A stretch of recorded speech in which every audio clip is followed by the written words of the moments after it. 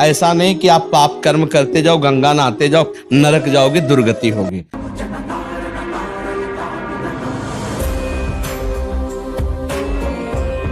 महाराज जी, मेरा सवाल है कि जो व्यक्ति पाप आचरण और पुण्य आचरण साथ साथ करता है, पाप कर्म पुण्य कर्म साथ साथ करते हैं, तो क्या उनके पाप कर्म पुण्य कर्मों की वजह से कट जाते हैं? नहीं नहीं, दोनों शुभ और अशुभ कर्म अलग अलग हैं।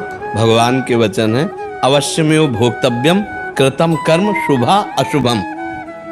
ऐसा नहीं है कि आप पाप कर्म कर रहे हो और पुण्य कर्म कर रहे हो तो आप पाप को नष्ट करते जाओगे और परम सुखी हो जाओगे। नहीं, पुण्य कर्म आपका अलग है और पाप कर्म अलग है। उनको विध्वंस करने वाला कर्म अलग होता है, वो भागवतिक होता है। वो पाप और पुण्य दोनों को जो नष्ट कर सके वो सद्गुरु प्रदत्त मंत्र होता है, नाम होता है, उपासना होती है। भगवान का जो नाम है, भगवान का जो आश्रय, वो शुभ अशुभ दोनों का विनाश करता है। ऐसा नहीं कि आप पाप कर्म करते जाओ, गंगा नहाते जाओ, नरक जाओगे, दुर्गति होगी। अब जैसे जो आज वर्तमान में पाप कर रहा है, लोग कह रहे हैं बहुत फल फूल रहा है। फल फूल नहीं रहा है, आप उस सिस्टम नहीं जानते हो, अध्यात्म का सिस्टम नहीं जानते हो। जब कोई विशेष पुण्य कर्म करने लगता है, भजन करने लगता है, तो उसके जो पाप होते हैं, उसके पाप नष्ट किए जाते हैं, तो उसे अधिक कष्ट दे दिया जाता है। वर्तमान में वो धर्म पूर्वक चल रहा है, खूब भजन कर रहा है, लेकिन उसे विपत्ति, संकट, अपमान, निंदा, शरीर कष्ट मिल रहा है। इसका मतलब क्या है? वो निर्मलता की तरफ जा रहा है। अब उसका जन्म नहीं होगा, अनंत जन्मों की बिगड़ी इसी जन्म में नष्ट हो रही है।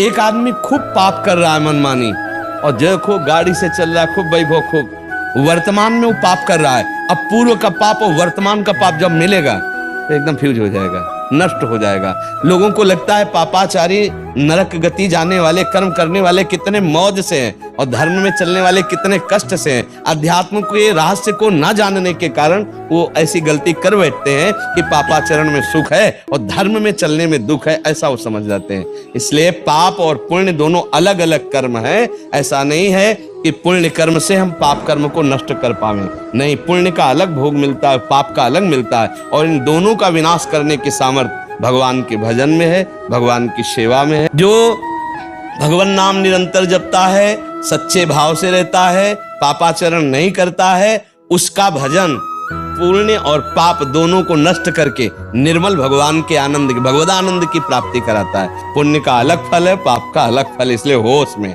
इसीलिए कहते हैं राधा राधा रटो, प्रियाजू का नाम लो, प्रभु का नाम लो, वो तुम्हारे पाप नष्ट कर देगा। नाम संकीर्तनम यस्य सर्व पाप प्रणाशनम। इन्हीं से कर्म का नाश होगा, दूसरा कोई ऐसा नहीं।